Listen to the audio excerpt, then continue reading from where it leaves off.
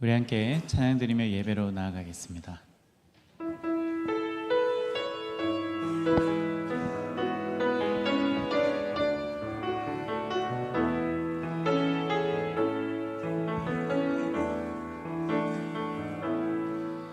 하늘의 문을 여소서, 이곳을 주목하소서.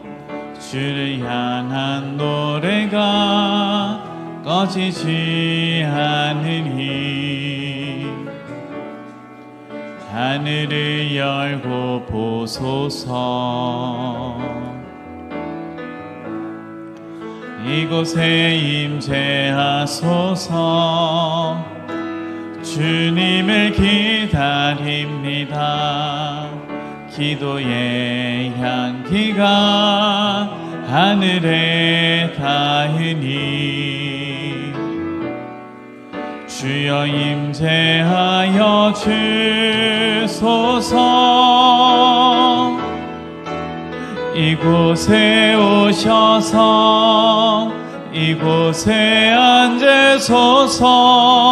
이곳에서 드리는 예배를 받으소서.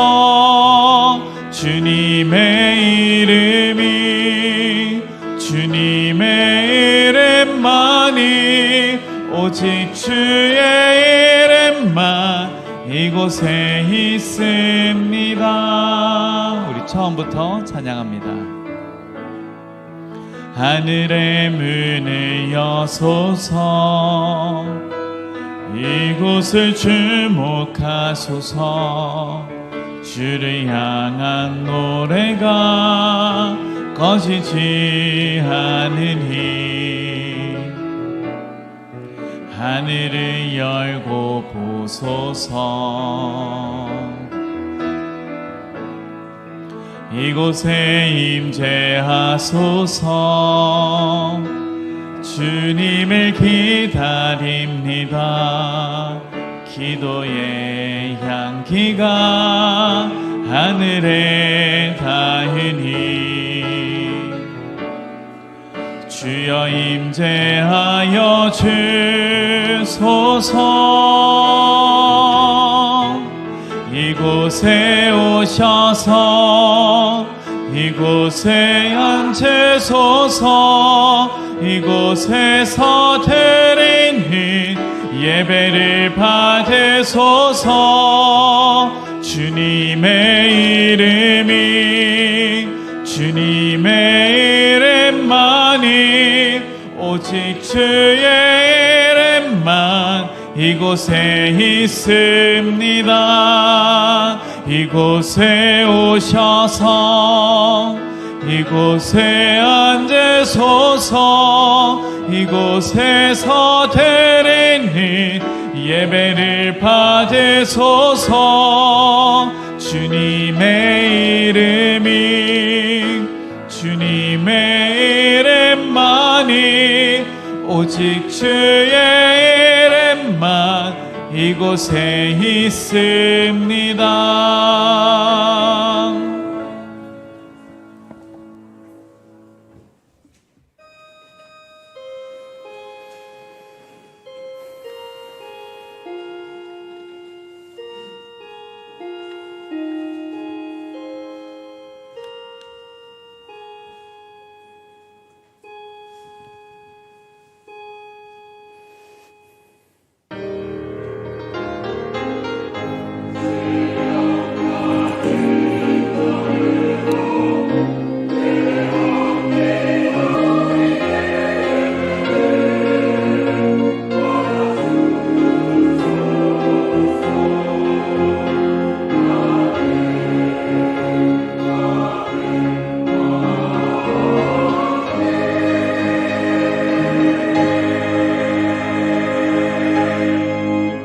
거룩하신 하나님, 먹구름 낀 먹먹한 하늘 아래 살다가 그 구름 사이로 비친 하나님의 얼굴에 반해 이 시간 하나님 앞에 나왔습니다.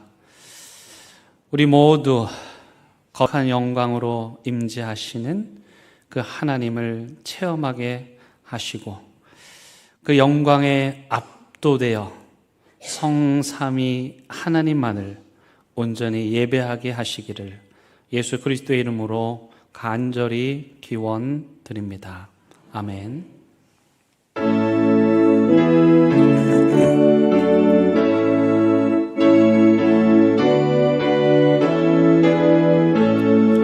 성도여 다 함께 할렐루야 아멘. 주 찬양하여라 할렐루야 아멘. 주 보좌 앞에서 택하신 은혜를 다 찬송하여라 할렐루야 아멘. 만문을 열어라 할렐루야 아멘. 온 안에 눌려라 할렐루야 아멘. 인도자 되시며 친구가 되심 주 그 사랑 끝없다 할렐루야 아멘. 주 찬양하여라 할렐루야 아멘. 찬양인 끝없다 할렐루야 아멘. 거룩한 집에서 신성 기리며 늘 찬송 부르자 할렐루야 아멘.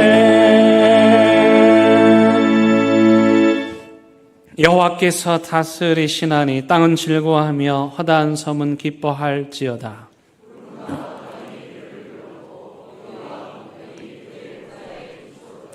불이 그의 앞에서 나와 사방의 대적들을 불사르시는도다. 산들이 여호와의 앞 곧 온 땅의 주 앞에서 밀랍같이 녹았도다.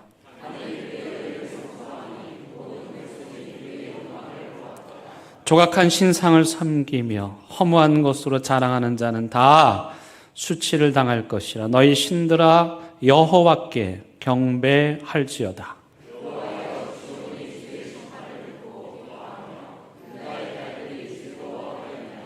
여호와여, 주는 온 땅 위에 지존하시고 모든 신들보다 위에 계시니이다.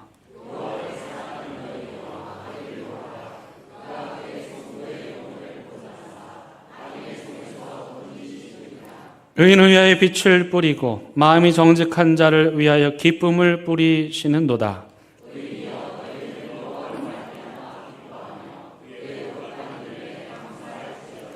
아멘. 나는 전능하신 아버지 하나님 천지의 창조주를 믿습니다. 나는 그의 유일하신 아들 우리 주 예수 그리스도를 믿습니다. 그는 성령으로 잉태되어 동정녀 마리아에게서 나시고 본디오 빌라도에게 고난을 받아 십자가에 못 박혀 죽으시고 장사된 지 사흘 만에 죽은 자 가운데서 다시 살아나셨으며 하늘에 오르시어 전능하신 아버지 하나님 우편에 앉아 계시다가 거기로부터 살아있는 자와 죽은 자를 심판하러 오십니다. 나는 성령을 믿으며 거룩한 공교회와 성도의 교제와 죄를 용서받는 것과 몸의 부활과 영생을 믿습니다. 아멘. 이 시간 자리에 앉으셔서 하나님과 여러분만이 아는 은밀한 죄를 침묵 가운데 고백하는 시간 갖습니다.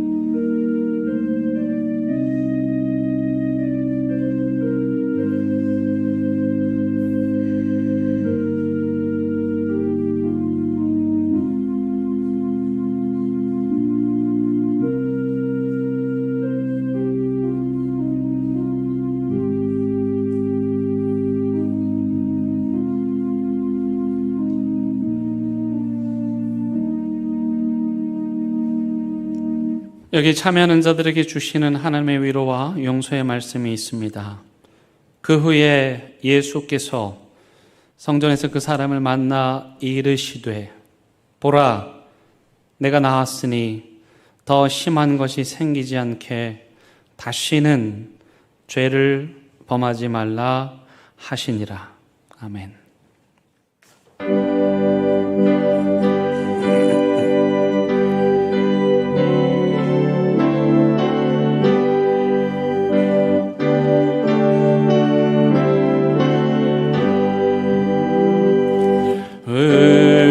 우리는 주님을 배반하나 내 주 예수 여전히 날 부르사 그 참되신 사랑을 베푸시나니 내 영제여 주님을 곧 따르라. 주 널 위해 미네 주 널 위해 미네 주 널 위해 미네 항상 미시네. 주께서 풍성하니 내릴래 우리여 내 영혼이 나나리 복받으니 주 예수를 너희도 그 주로 섬겨 곧 따르면 풍성한 복 받겠네. 주 널 위해 미네 주 널 위해 미네 주 널 위해 미네 항상 미시네. 무거운 짐지고에 다니는 인생 주 예수께 돌아가고 쉬어라. 내 주 예수 너희를 돌보실 때에 참복 낙과 위가 넘치겠네. 주 널 위해 미네 주 널 위해 미네 주 널 위해 미네 항상 미시네.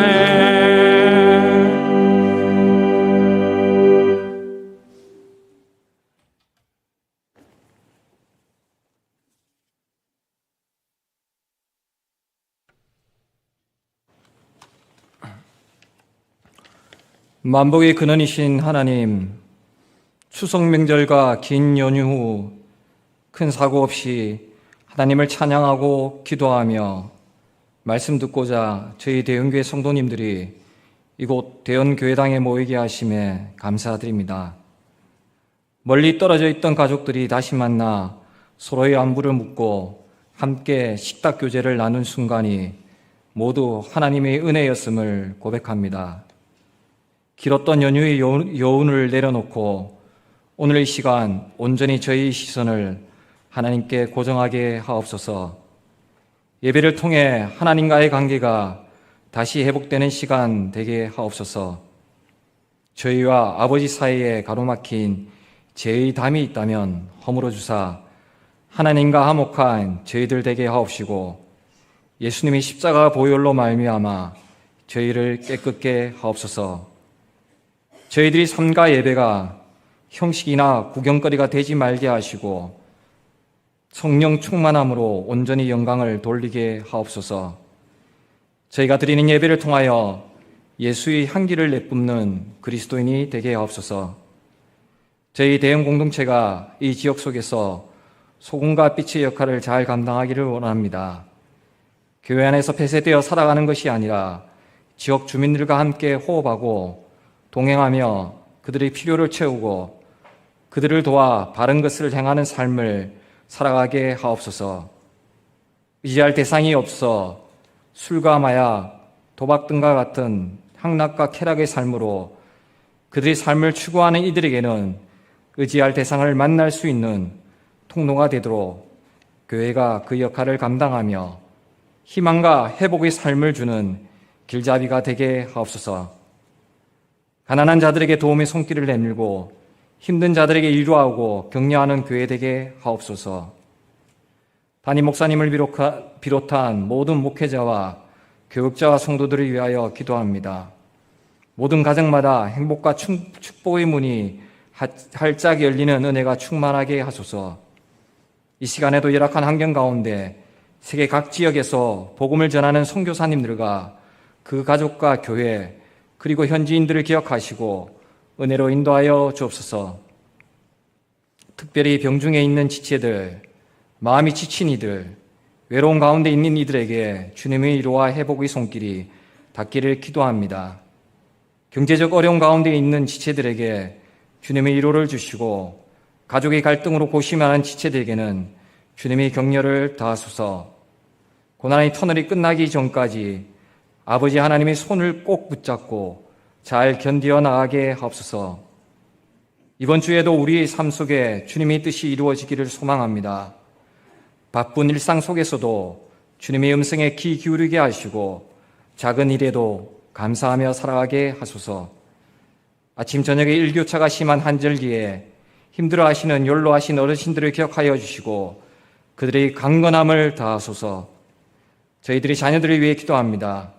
세상의 비난과 조롱 속에서도 자녀들에게 그리스도인으로 사회적 책임과 바른 신앙 교육을 전수하여 가정을 통해 하나님을 바라보며 기도하고 험한 세상을 이기며 살아가는 지혜를 구하는 자녀들 되게 도와주시옵소서. 얼마 남지 않은 수능을 앞두고 있는 수험생들 또한 그간의 노력의 결실을 최선을 다하게 보게 하옵시고 후회 없는 시험을 잘 치르게 하옵소서. 11월 2일 새로 임직받는 이들이 대원교회의 또 다른 구루터기가 되게 하여 주시어 충성되고 선한 청직의 삶을 살게 하여 주시옵소서. 이 시간 말씀을 전하는 자나 듣는 자 모두 성령 충만케 하옵시며 말씀을 통해 심령이 깨어지고 새롭게 거듭나는 은혜의 시간 되게 하옵소서. 예배를 위하여 수고하는 많은 손길들이 있습니다. 교사로, 안내, 주방, 차량, 방송, 찬양 대원 등으로 일일이 다 아뢰지 못한 모든 손길들을 주께서 아시오니 그들의 섬김 위에 주님의 위로와 평강, 복 내려 주옵소서. 이 땅에 하나님의 나라가 함께하여 주시기를 간절히 바라며 이 모든 것 우리 주 예수 그리스도의 이름으로 기도드립니다. 아멘.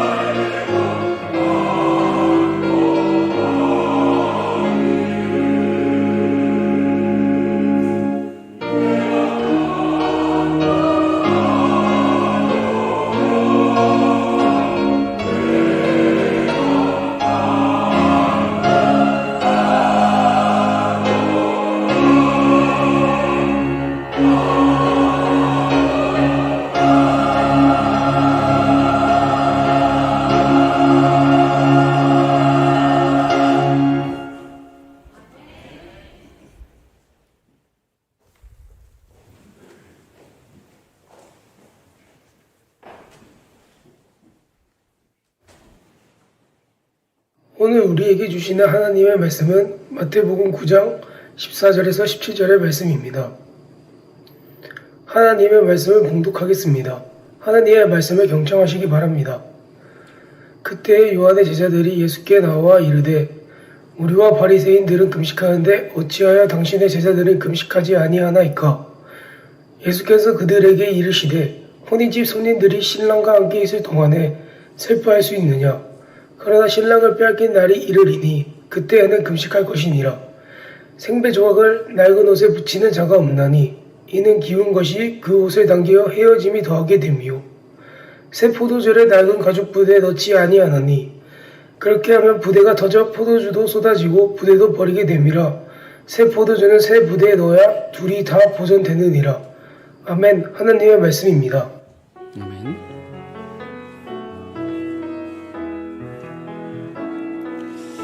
이 말씀 따라 사는 동안 지치지 않게 하시고 이 말씀 따라 사는 동안 주님 나라 이루소서.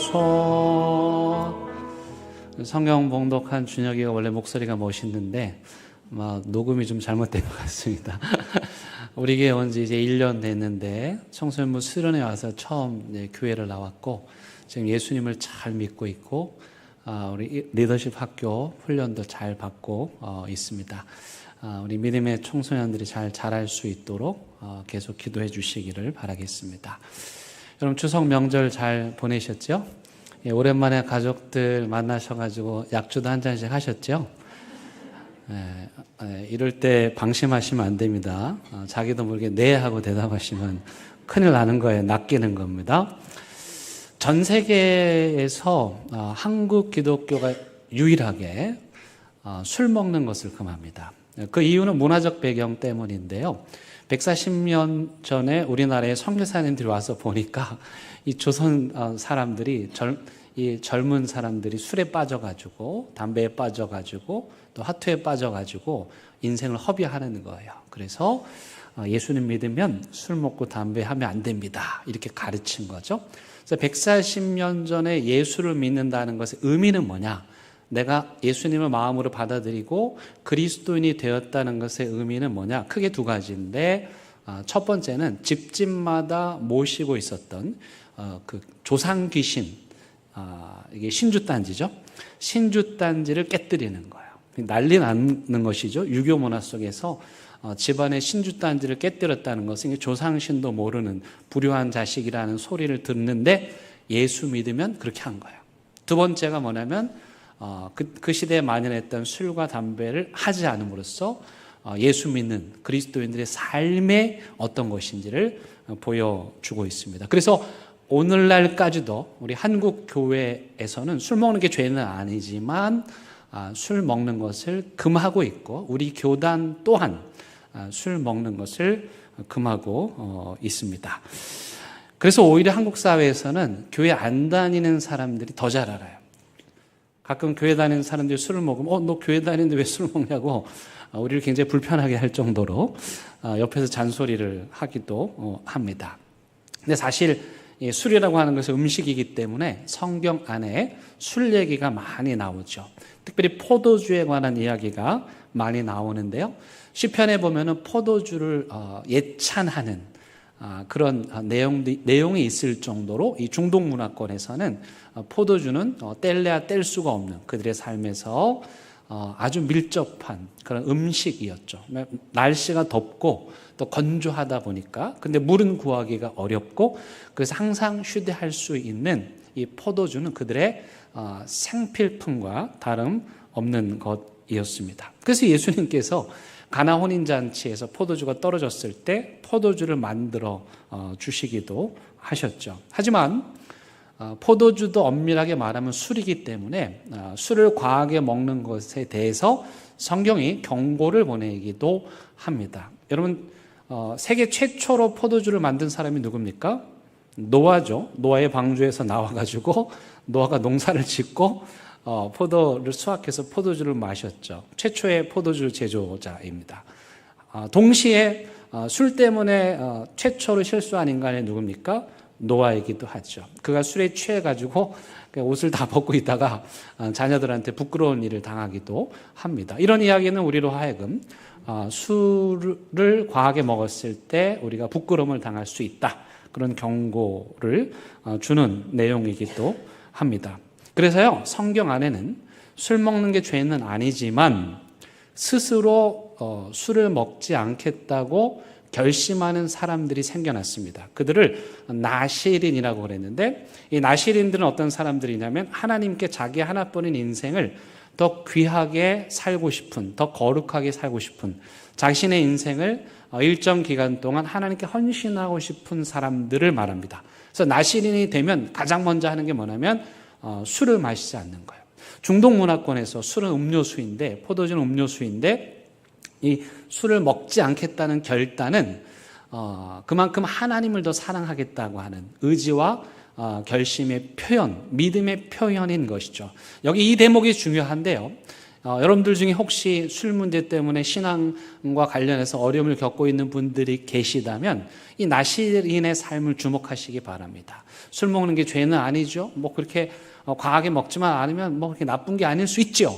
그러나 더 거룩하게 살고자 했던 사람들은, 하나님 앞에 자신의 인생을 더 헌신하고자 했던 사람들은 할 수 있지만 스스로 절제하는, 스스로 하지 않는 그런 결단을 했다는 사실을 여러분들 주목하시면 좋겠습니다.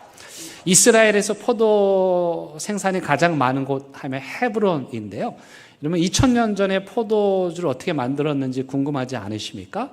사진을 좀 보여드리면 이렇게 아주 아름답게 연근 이 포도를 수확을 해가지고 우리 목욕탕 탕 있죠, 탕. 목욕탕이면 탕 같은 데다가 저 포도를 다 담습니다.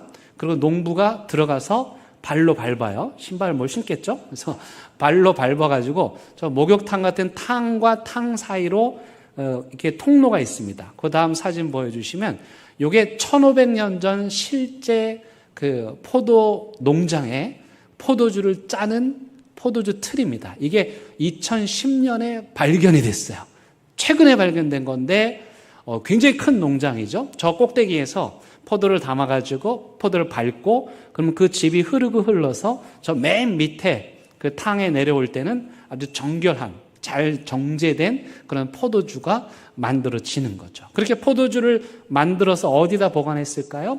항아리에다 넣어가지고 보관했어요. 근데 음료기 때문에 포도주를 담아서 가지고 다녀야 하잖아요. 휴대용 용기가 필요하잖아요.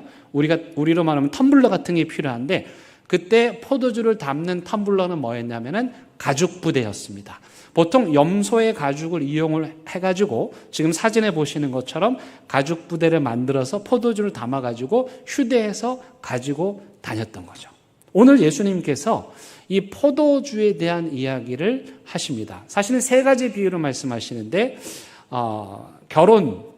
결혼식에서 신랑이 찾아오는 비유, 그 다음에 새 천조각 낡은 옷이 서로 연결되는 비유, 그리고 세 번째는 이 포도주에 대한 비유입니다. 첫 번째 비유는 신랑과 이제 결혼한 그 결혼식의 축제를 이야기하고 있는데 그 신랑이 누구냐? 예수님이십니다. 그리고 여러분 헌옷에다가 이렇게 천을 대가지고 바느질 기어가지고 입어보신 적 있죠? 요즘 같으면 그 수선비보다 사는 게 더 쌀 수도 있는데 예전에는 다 그러셨잖아요. 그때 이제 새 천을 헌옷에다가 잘못 붙이면 이 옷이 다 망가진다. 그래서 요 새 천 조각은 누구냐? 예수님이십니다. 그리고 포도주 가죽 부대에 담긴 이 새 포도주는 누구니까? 마찬가지로 예수님이십니다. 그러니까 이 비유 안에 신랑, 그 다음에 새 천조각, 그리고 포도주 다 동일하게 예수님을 가리키고 있는 거예요. 그렇다면 여러분, 그 시대에 사람들이 새 포도주로 오신 예수님을 잘 받아들였을까요? 어떤 그룹들은 여전히 낡은 가죽을 고집하면서 예수님을 받아들이지 않았죠. 근데 예수님 말씀대로 낡은 포도주 가죽 부대에 새 포도주를 부으면 어떻게 됩니까?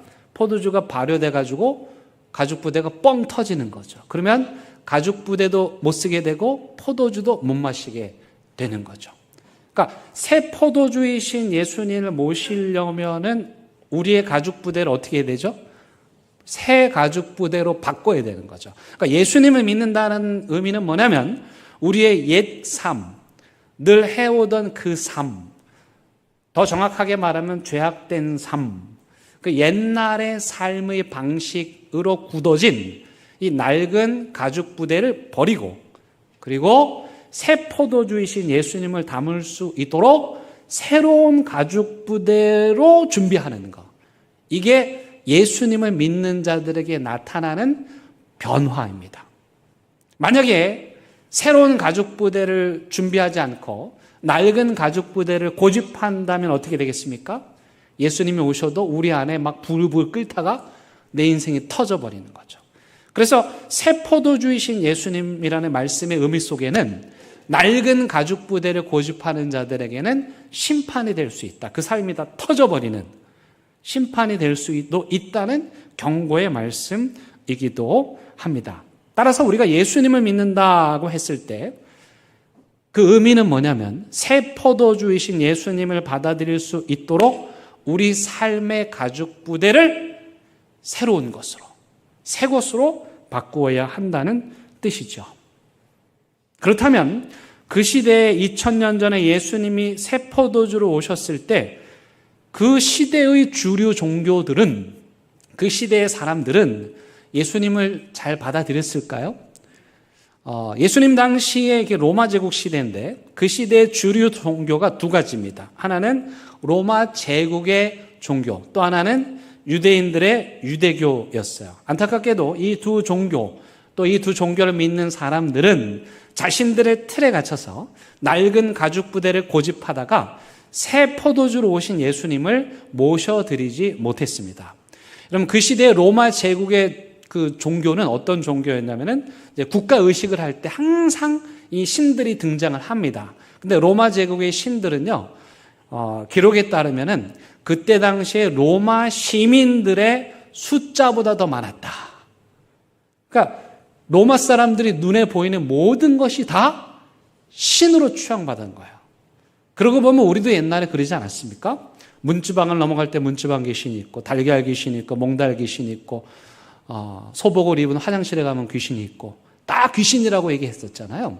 그러니까 로마 제국이 그랬어요. 근데 그 로마 제국의 화려한 신들과 로마 시민과는 어떤 관계냐면은 라틴어로 한마디로 이렇게 표현할 수 있어요. 내가 주니 당신도 나에게 주기를. 다시 말하면 give and take.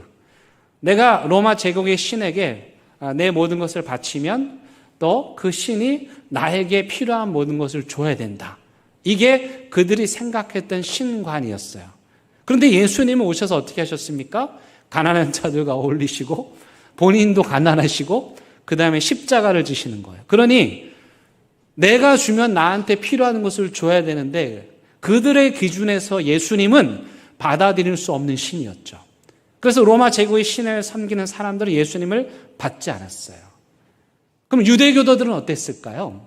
이 유대교도들의 신앙이 어땠는가를 알 수 있는 내용이 오늘 본문 바로 위에 있습니다. 이 위의 내용이 어떤 내용이냐면 이 마태복음의 저자인 마태의 집에 예수님이 가난한 사람들 몽땅 데리고 와가지고 밥을 먹는 거예요. 근데 이 마태의 직업이 뭐였냐면 세리였고, 세리는 그때 당시에 유대인들에게는 조금 이렇게 그 차별을 받는, 매국노 취급을 받는 그런 사람들이었거든요. 그러니까 바리새인들, 유대 종파들 중에서 가장 열심당원이었던 바리새인들, 이들이 찾아와가지고 예수님께 따져 묻는 거죠. 왜 당신은 죄인하고 왜 당신은 가난한 사람들하고 함께 밥을 먹느냐, 이렇게 따지는 거예요. 그럼 솔직히 이게 따질 일입니까? 아니, 식탁을 차려놨으면 좀 같이 먹을 수도 있는 거예요. 근데 그들은 그럴 수 없다고 생각했어요. 왜냐하면 그들의 신앙관은 뭐였냐면 거룩하고 정결한 삶을 살아야만이 자신들이 진리에 이를 수 있다, 구원에 이를 수 있다고 믿었어요. 그렇기 때문에 가난한 사람들, 병든 사람들, 세리 같은 사람들하고는 아예 상종도 하지 말라. 이게 그들의 신앙이었죠. 그들의 신앙의 틀, 그들의 낡은 가죽부대의 틀 안에서는 가난한 자들과 병든 자들과 세리들과 어울려서 함께 먹고 마시고 즐기는 그 예수님을 받아들일 수가 없었죠. 그래서 바리새인들이, 유대교에서 가장 열심당원이었던 그들이 예수님을 배척한 거예요. 근데 문제는 뭐냐면 오늘 이야기가 펼쳐지는 이 사건의 배경 속에서 예수님을 찾아와서 따져 묻고 항의하는 사람들이 누구냐는 거야. 이런 본문 보시면 그럼 14절 보세요. 그때에 누가 옵니까? 요한의 제자들. 아하, 이게 되게 중요한 대목이에요. 지금 예수님께 태클 걸려고 온 사람들이 로마 제국의 종교를 믿는 사람도 아니었고 유대교의 율법주의자들도 아니었어요. 그럼 이들은 누구냐? 요한의 제자들. 요한이 누굽니까? 예수님에게 세례를 준 사람이고 예수님도 실제로 요한 공동체에 들어가서 이 요한과 함께 지내기도 했고, 그러니까 신앙의 노선으로 보자면 같은 노선을 걷는 사람들이에요. 그런데 그들이 와서 지금 예수님께 태클을 거는 거예요. 요즘으로 말하면 교회 밖에서 교회를 욕하는 앤티 크리스찬들이 아니고, 교회를 비난하는 사람들이 아니고, 교파가 다른데 그들이 와가지고 지금 예수님께 태클을 걸면서 하는 말이, 왜 당신과 당신의 제자들은 금식을 하지 않습니까? 이렇게 묻는 거예요. 이게 무슨 말입니까? 이들의 기준에서, 세례 요한의 제자들의 기준에서, 그들의 틀에서 그들이 생각했던 경건은 뭐냐면 철저하게 경건 생활, 금식하고 기도하는 거였어요. 근데 예수님은 봤더니 맨날 가난한 사람들과 먹고 마시고 즐기니까 이들의 눈에는 왜 저 예수님과 제자들은 경건 생활을 안 할까? 아이고, 저 경건하지 않은 사람들, 이러면서 예수님과 제자들을 정죄하기 위해서 찾아온 거죠. 실제로 이 세례 요한의 이 제자들은요, 바리새인들은 그냥 금식하고 경건 생활을 자기들의 삶 속에서 했지만 이 세례 요한의 제자들은 더 열심을 내 가지고 광야에 공동체를 만들고 그곳에 와서 정말 목욕 제기하고 날마다 금식하고 말씀을 읽는 철저한 경건주의를 실천했던 사람들이에요. 그러니 그들의 틀 속에서 봤을 때 지금 이 제자들의 태도가 분명히 금식할 날인데 금식하지 않고 또 먹네, 눈에 걸리는 거예요. 바로 그 세례 요한의 제자들에게 예수님께서 세 가지 비유를 들어서 말씀해 주시는 거예요. 첫 번째 비유는 무엇입니까? 혼인잔치의 비유입니다. 신랑은 누구냐? 예수님이에요. 여러분, 이 시대는 어떤 시대인 줄 아십니까? 신랑이신 예수님이 오신 줄 모르고 슬퍼하고 절망하고 낙심하고 있는 거죠. 근데 예수님께서 온 인류를 위해서, 저와 여러분들을 위해서 이 땅에 신랑으로 오셨고 이제 결혼잔치, 혼인잔치가 열려졌고 마음껏 기뻐하고 즐거워할 시간이에요. 근데 이 세례 요한의 제자들은 예수님이 오신 것을 받아들이지 않고 여전히 금식 기도를 하고 있었어요. 여러분, 그들이 금식 기도를 했던 목적은 무엇입니까? 이 땅에 메시아가 오게 해달라고, 신랑이 오게 해달라고 기도했는데 예수님이 지금 옆에 와 계신데 이제는 잔치를 벌일 때인데, 이제는 자신들의 그 낡은 가죽 부대를 버리고 새로 신랑으로 오신 예수님과 함께 즐거워할 때인데 그들은 파티를 벌이기는커녕 여전히 메시아를 오시게 해달라는 금식 기도를 해야 한다고 하는 자신들의 좁은 신앙의 틀에 갇혀가지고 예수님과 제자들을 협박했습니다. 레미제라블이라고 하는 아주 유명한 소설이 있죠. 거기에 보면 자베르 경찰이죠. 이 사람의 사고 속에는 무슨 이유에서든 빵을 훔치면 반드시 감옥 가야 된다. 장발장은 뭐 때문에 빵을 훔쳤습니까? 너무 배가 고파서. 그런데 자베르 경감의 기준, 그의 가죽 부대 안에는 배가 고파서 어쩔 수 없이 빵을 훔친 사람들에게 자비와 용서를 베푸는 그런 건 없어요. 무조건이에요. 빵을 훔쳐서 무조건 감옥 가야 돼. 이게 낡은 포도주 가죽 부대가 이렇게 무서운 거예요. 신랑이 왔는데도 기뻐하지 못하는 거예요. 그래서 예수님께서 이 세 가지 비유를 통해서 지금은 함께 잔치를 벌일 때다.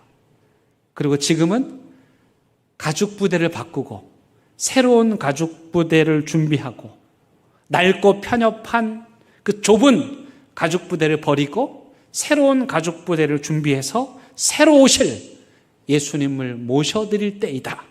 그 이야기를 하고 있는 거죠. 여러분, 이 성경을 읽을 때 앞뒤 맥락이 되게 중요합니다. 예수님께서 새술은 새 부대에 담아야 된다. 멋진 말씀하시고 그 다음 어떤 일이 일어납니까? 예수님이 나가셔서 무슨 일을 하십니까? 12회를 혈루병을 앓았던 여인을 치료해 주십니다. 죽은 회당장의 딸을 살려주십니다. 보지 못하는 두 사람을 보게 합니다. 귀신을 내쫓습니다. 무슨 말입니까? 새 포도주가 하는 일이 이렇다는 것입니다. 새 포도주이신 예수님, 이전에 낡은 가죽부대, 요한의 공동체나 바리새파들이나 유대교나 로마의 종교가 하지 못하는 새 포도주이신 예수님께서 오셔서 하시는 일이란 죽은 자를 살리고 병든 자를 치료하고 귀신 들린 자를 치료하고 그래서 그 삶을 회복시켜주고 일으켜주고 꿈꾸게 하고 잔치에 초대해서 그들을 즐겁게 해주는, 이게 새 포도주이신 예수님의 사역이라는 거예요. 그래서 여러분요, 새 포도주이신 예수님을 마시는 사람들은요, 새 술에 취하게 됩니다. 예수 믿는 사람들은 소주에 취하면 안 되고 막걸리에 취하면 안 되고 맥주에 취하면 안 되고 무슨 술에 취해야 됩니까? 새 포도주이신 예수님의 술에 취해야 됩니다. 예수님의 술에 취하면 어떻게 됩니까? 살리는 일을 합니다. 돕는 일을 합니다. 구원하는 일을 합니다. 복음을 전합니다. 예수님처럼.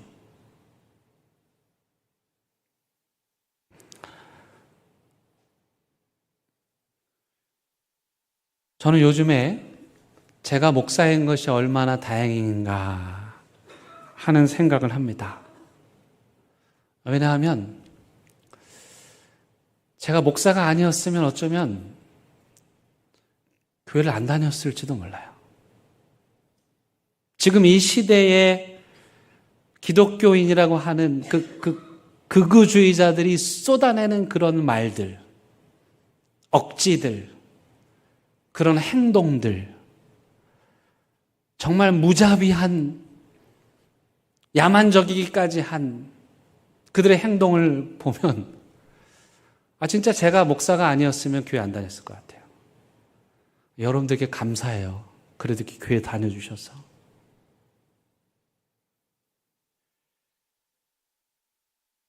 이런 고민을 이 시대에 저 같은 목사들이 합니다. 도대체 기독교란 뭘까? 내가 기독교의 목사인데 그럼 난 뭐 하는 사람일까? 고민해야겠죠? 이런 비슷한 고민을 하신 한 미국의 신약학자가 니제이 굽타라고 하는 아주 유명한 분인데, 이분이 이런 고민을 담은 한 학생의 질문을 받고 이런 고민을 가지고 2000년 전에 도대체 기독교가 뭔가, 우리의 뿌리는 뭔가, 이걸 깊이 연구하셔서 최근에 책을 내셨습니다. 좀 어렵긴 한데 제가 잘 읽어서 소화해서 말씀드릴 테니까 굳이 안 사셔도 돼요. 이 책 제목이 인상적이에요. 제목이 뭐냐면 기독교, 로마를 뒤흔든 낯선 종교예요. 여러분, 그때 당시 로마 제국은 어마어마하죠.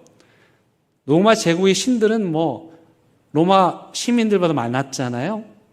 근데 기독교인들은 그저 갈릴리에서 예수님 따라다니던 그 촌스러운 사람들 몇 명이잖아요. 비교가 됩니까? 근데 그 기독교가 제국을 흔들었대요. 근데 거기 어떤 표현이 제 마음을 사로잡냐면 낯선 종교. 그들의 눈에 익숙한 로마 제국의 종교도 아니고 유대 종교도 아닌 처음 보는 낯선 종교가 기독교라는 거예요. 그러면서 그가 그 초대교회 당시의 기독교인들을 이렇게 설명합니다. 제가 그 책을 좀 그대로 인용해서 읽어드리겠습니다. 그리스도인들은 특별하거나 남다르게 보이기 위해 관습과 대중종교의 반기를 든 것이 아니었다. 초대교회 그리스도인들은 가장 선하고 진실했던 순간에 그저 피리 부는 사나이를 무작정 쫓아갔던 쥐들처럼 예수님을 무작정 따랐을 뿐이다. 그렇게 하는 과정에서 종교적 규범에서 벗어났고 의도했건 그렇지 않건 간에 사회에서 눈에 띄는 존재가 되었다. 그 시대 사람들에게 기독교인들은 이 세 가지 단어가 나오는데 이상하고 그리고 위험한 존재로 비춰졌지만 동시에 매우 매력적인 존재로 받아들여졌다. 이 세 가지 단어, 이상하고 위험하고 근데 매력적인. 그들이 보기에 이상했어요. 왜? 아니 이 로마 제국에서 신들을 떠받들면서 다 그 신들로부터 복을 받기를 원하는데 그래서 위로 올라가는 삶을 살고 있는데 기독교인들은 가난한 사람들, 낮은 사람들, 버림받은 사람들하고 어울리니까 저거 뭐지? 이상하네 느낀 거죠. 한 걸음 더 나가서 그들이 노예들하고 같이 밥을 먹고 노예들이 교인이 되고 노예들이 교회 지도자가 되는 거예요. 그걸 보고 나서 조금 위험하다. 요즘으로 말하면 외국인 노동자들, 유색인종들, 가난한 사람들, 그런 사람들이 대접을 받는 종교. 야, 저거 위험하다. 이거 로마 제국을 쓰러뜨릴 수도 있겠는데 위험하게 여기겠어요. 근데 마지막 단어가 뭐였어요? 매력적이라는 거예요. 이상하고 위험하게 보이는데 자꾸만 끌리는 거예요. 자꾸만 가고 싶은 거예요. 이상하게 매력적이어서. 근데 이 니제 굽타 교수님이 하는 말이 오늘날 우리 교회가 반대라는 거예요. 이상하지도 않고 세상이나 교회나 똑같다는 거예요. 왜? 우리가 세상의 입맛에 교회가 맞춰져 가지고 이분이 이제 마트에 가가지고 이제 여러분 코코넛 주스 알죠? 열대 과일인데 여러분 드셔보셨을 거예요. 이렇게 해가지고 빨대 꽂아서 먹는 코코넛 주스를 사러 갔는데 봤더니 색깔이 분홍색이더라는 거예요. 이상하다? 상했나? 여러분 코코넛 주스 원래 색깔 어떤 색입니까? 예, 투명한 색이잖아요. 다 마셔보셨군요. 근데 여러분 원래 코코넛은요 그것이 공기하고 딱 노출돼서 만나는 순간 핑크색으로 바뀌는 거래요. 근데 이 핑크색으로 팔리니까 잘 안 팔려. 그래서 이걸 회사에서 어떻게 한 거예요? 거기다가 인공 조미료를 첨가해서 우리가 생각하는 그 코코넛 색깔로 바꾼 거예요. 그래서 이 교수님이 그 음료를 살 때 밑에 이렇게 써 있었대요. 인공 조미료를 첨가하지 않음. 여러분 인공 조미료를 첨가하지 않은 코코넛 주스는 핑크색입니다. 인공 조미료를 첨가하니 우리가 보는 색깔인 거죠. 오늘날 교회가 그렇다는 거예요. 원래 핑크색이어야 되는데 원래의 모습이 아니고 사람들의 입맛에 맞게 보기 좋게 이런저런 인공 조미료를 첨가해 버리니 전혀 이상할 게 없다는 거예요. 사람들이 볼 때. 그리고 위험해 보이지도 않아. 교회가. 전혀 위험할 짓은 우리가 안 하죠. 근데 문제는 더 이상 매력적이지도 않다는 거예요.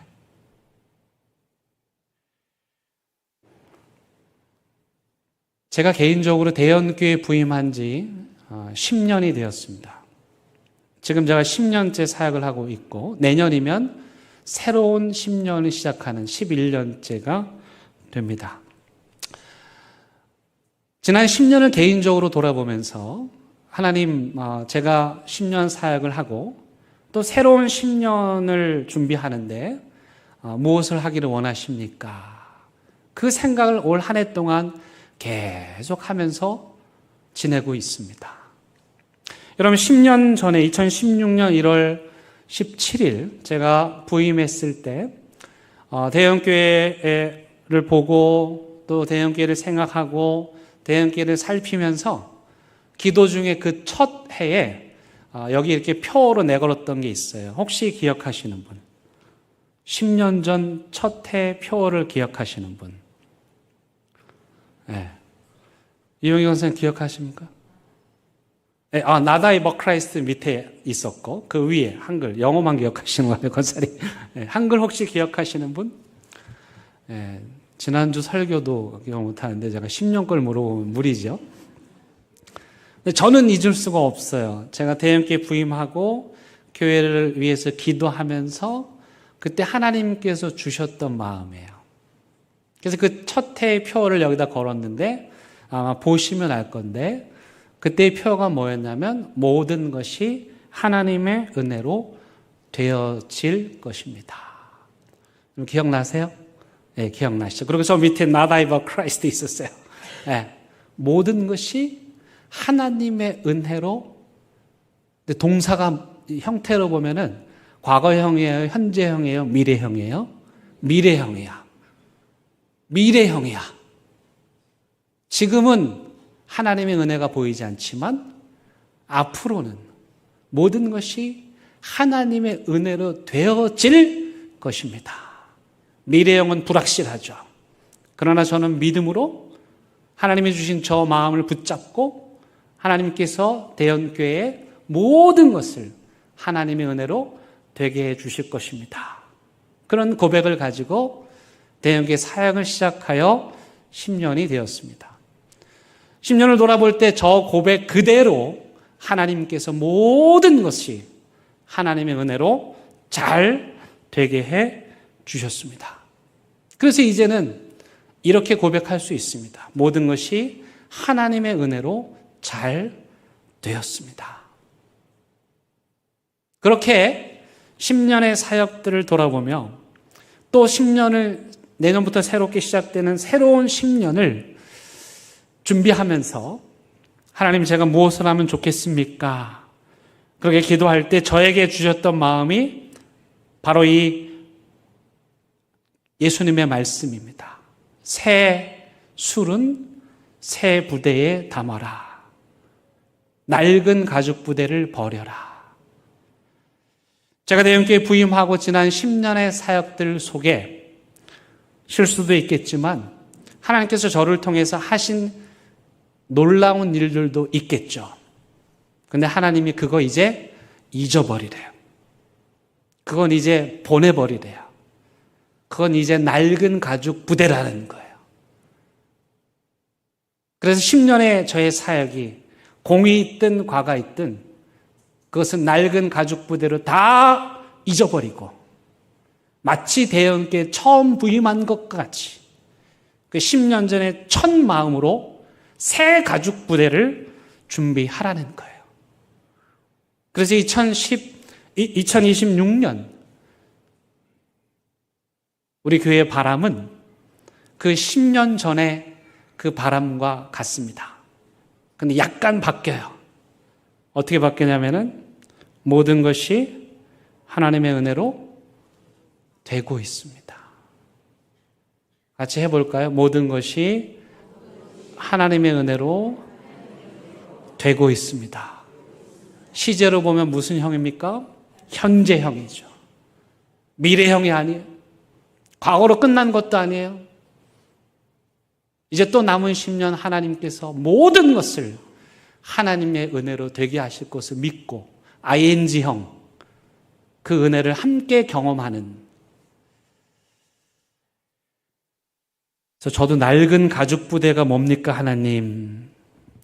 그거 버리려고 하는데 뭡니까? 그래서 제가 봤더니 10년 전에 여기 부임했을 때 저의 그 날씬하고 잘생긴 그 모습. 그래서 저도 이제 그때 몸무게로 돌아가려고 요즘에 제가 열심히 살까기를 하고 있습니다. 예, 북한 말로 다이어트가 살까기인데, 근데 까져야 되는 뱃살은 안 까지고 얼굴만 이렇게 좀 야여져 갖고 어제는 어떤 성도님께서 목사님 어디 아프시냐고. 저 아픈 거 아니고요. 살까기의 부작용이니까 걱정 안 하셔도 돼요. 제 몸도 새롭게,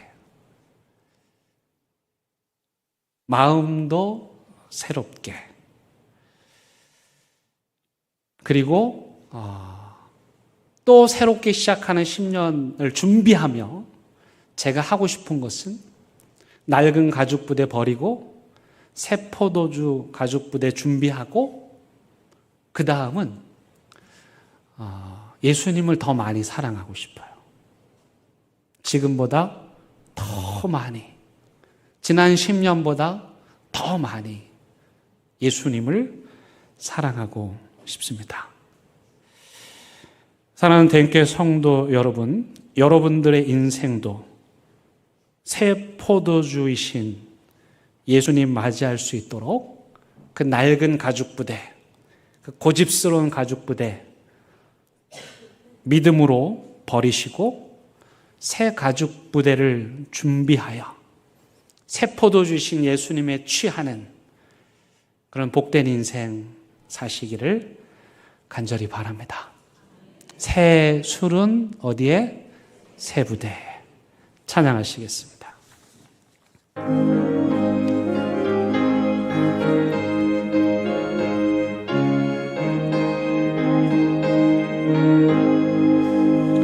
주 예수 내 맘에 들어와 계시는 변하여 새 사람 되고 내가 늘 바라던 참 빛을 찾음도 주 예수 내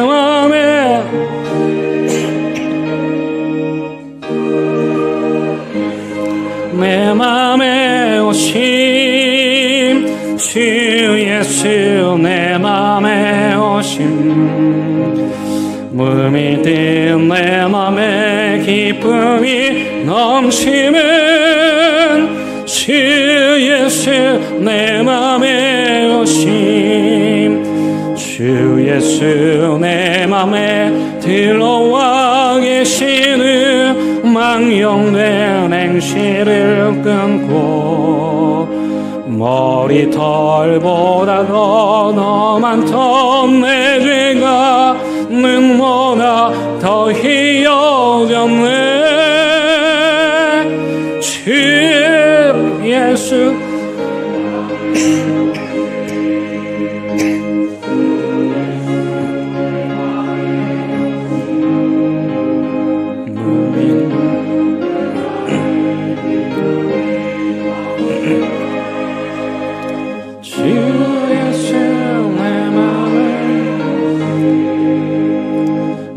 내 맘에 든든히 가지는 주 예수 내 맘에 오심 일심의 구름이 사라져 버림도 주 예수 내 맘에 오심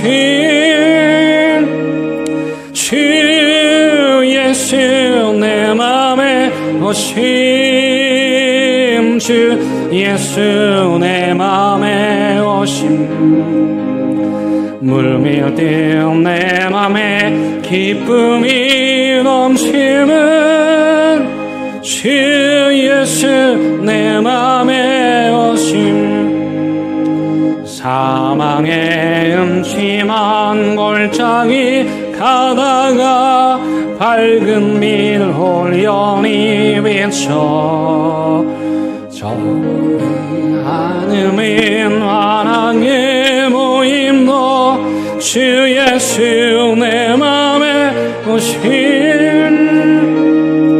주 예수 내 맘에 오신 주 예수 내 맘에 오신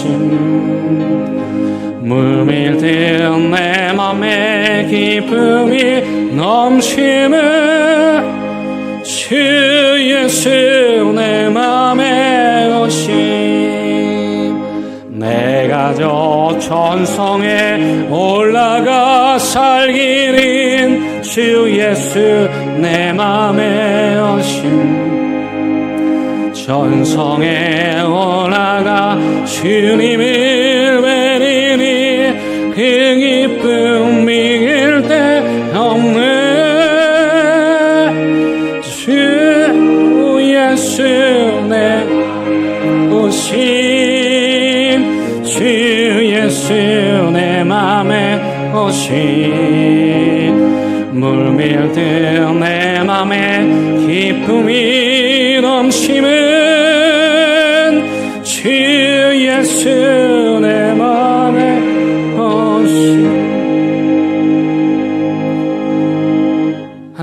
참 생명의 포도주이신 예수님께서 우리 마음에, 우리 가정에, 우리 교회에 오실 때 터져버리지 않도록 낡은 가죽부대 다 버리고 새 가죽부대 준비하는 우리 모두가 되게 하여 주옵소서. 예수님의 이름으로 기도드립니다. 아멘.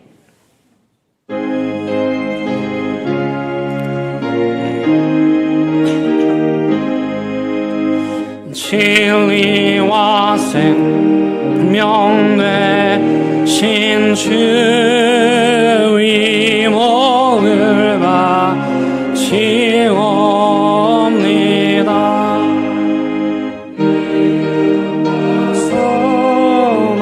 사랑은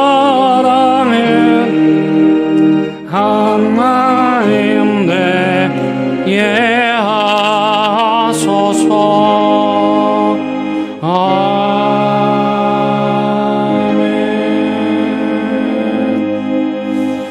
하나님, 이 시간 하나님 앞에 귀한 예물 올려드립니다. 우리의 옥합을 깨뜨리고 낡은 가죽부대를 깨뜨리고 하나님께 귀한 예물 드리오니 주께서 이 예물 받으시고 드리는 손길들 축복하여 주옵소서. 이 예물을 통해서 여전히 신랑이 오셨다는 사실을, 새 포도주가 있다는 사실을 알지 못하는 줄이고 굶주린 영혼들 구원하는데 귀하게 사용되게 하여 주시옵소서. 예수님의 이름으로 기도드립니다. 아멘. 예, 인사 나누시겠습니다. 잘 오셨습니다. 반갑고 환영합니다. 예, 기쁜 소식입니다. 우리 교회 오늘 새 가족이 등록하셨습니다. 이병도 성도님, 이미진 성도님, 우리 큰 박수로 환영하도록 하겠습니다. 감사합니다. 예, 교회 소식 함께 나누겠습니다. 이번 주 금요일 날 기도회가 있습니다. 여러분, 우리 직분자들 많이 참여하여 주시고 또 피택자분들도 함께 참여해 주시기 바랍니다. 오늘 피택자 교육은 3시 30분에 소명교회에 출발합니다. 소명교회에서 있을 예정이니까 시간 맞춰서 준비해 주시기 바라고, 구역장 원찰 모임 있습니다. 바디라이프 성역 공부, 바울과 디모데 성역 공부 잘 되고 있습니다. 여러분들도 원하시면 훈련 받으실 수 있기를 바라겠습니다. 성지순례 가시는 분들 이번 주 토요일 날 모임 꼭 참석하시기를 바라고, 다음 주일 오후에 시간이 1시 30분이 아니고 3시입니다. 오후에 우리 항존지 간담회가 있습니다. 많이 참여해 주시기를 바랍니다. 이번 주 화요일 날 우리 부산 노회가 있습니다. 우리 장로님들 참석하시는데 위해서 기도해 주시기를 바랍니다. 우리 2부 찬양대에 우리 하나님께서 귀한 분 보내 주셨습니다. 우리 장양진 솔리스트, 우리 한번 자리에서 일어나 주시겠습니까? 네, 큰 박수로 환영하겠습니다. 네, 하나님께서 맡겨주신 직분 잘 감당하실 수 있기를 바랍니다. 일부 지휘자님께서 또 공연이 있습니다. 주보 광고 참조하시고 포스터 참조하셔서 함께 축하해 주시면 좋겠습니다. 우리 대연 사거리에 가면 시온치과라고 있는데 우리 이천복 장로님 또 박성수 권사님 차남이 원장입니다. 근데 최근에 한국 소비자 산업 평가 우수 의원으로 선정이 됐다는 기쁜 소식을 전해 오셨습니다. 이게 어렵다고 하더라고요. 근데 아주 큰 영광인 것 같습니다. 우리 축복해 주시기 바라고, 또 김영하 성도님, 또 이혜진 성도님 지난주에 등록하셨습니다. 감사드립니다. 우리 이들에서 큰 박수로 축복하도록 하겠습니다. 네, 한 가지 안타까운 소식을 전합니다. 김명호 집사님, 윤영희 집사님 남편 되시는 김명호 집사님께서 오늘 갑자기 소천하셨습니다. 지금 아침에 저도 연락을 받아서 정확한 사정을 알지 못합니다. 상황이 파악이 되는 대로 여러분들에게 연락을 드리도록 하겠습니다. 유가족분들과 장례식을 위해서 기도해 주시기를 바랍니다. 다 함께 일어나셔서 결단의 찬양 함께 부르십니다.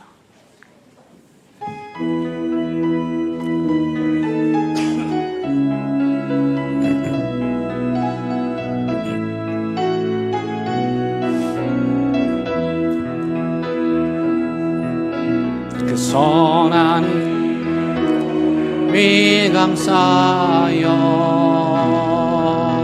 이 놀라운 평화를 누리며 나 그대들과 함께 걸어가네. 나 그대들과 희망을 여네. 주께서 밝히신 작은 촛불이 어둠을 헤치고 타오르네. 이 빛에 우리 모두 하나 되어 오늘 이에 비추게 하소서. 이 선한 힘이 우리를 감싸시니 믿음으로 일어나 밀게되하네. 주 언제나 우리와 함께 계셔 하루 또 하루가